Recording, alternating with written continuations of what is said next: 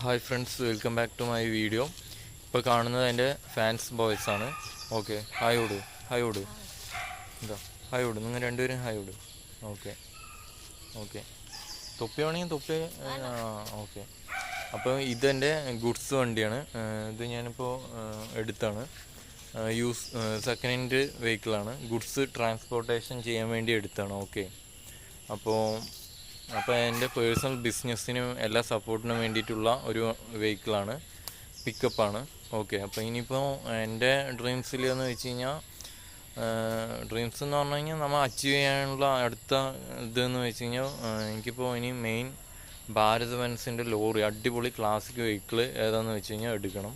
Bharat Benz ആണെങ്കിൽ Bharat Benz, അതല്ലെങ്കിൽ വേറെ ഇത്. എൻ്റെ നിയറസ്റ്റ് ഭാരത് ബെൻസിൻ്റെ കമ്പനി ഉണ്ട്. അപ്പോൾ നോക്കി ഡീലിങ് ചെയ്തിട്ട് പിന്നെ എനിക്ക് ഓക്കെ ആവുന്ന രീതിയിലുള്ള അടിപൊളി വെഹിക്കിൾ എടുക്കണം. പിന്നെ ലൈസൻസ് ഇപ്പോൾ ഹെവി ലൈസൻസ് ഇല്ല, ഹെവി ലൈസൻസും എടുക്കണം.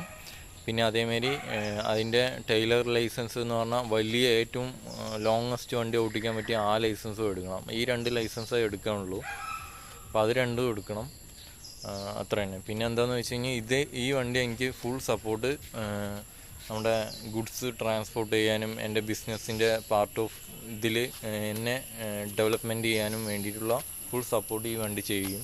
അപ്പോൾ അതിന് വേണ്ടിയിട്ടാണ് ഞാൻ ഒരു പിക്കപ്പ് ആദ്യമായിട്ട് എടുത്തത്.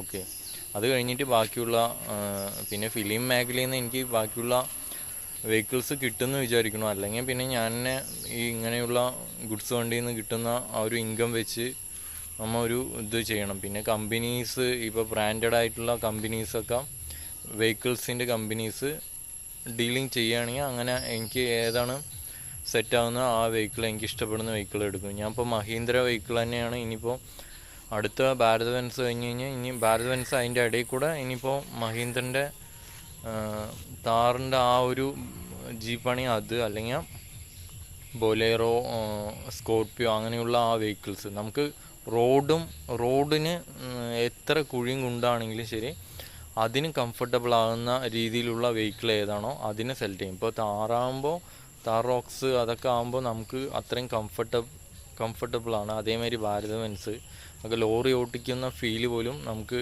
തരില്ല. കാരണം ഒരു നോർമൽ ജീപ്പിൻ്റെ ഒരു ഫീലേ ഉണ്ടാവുള്ളൂ. അത്രയും കംഫർട്ടബിൾ ആയിട്ടുള്ള വെഹിക്കിൾസാണ് ഹെവി വെഹിക്കിൾസിൽ.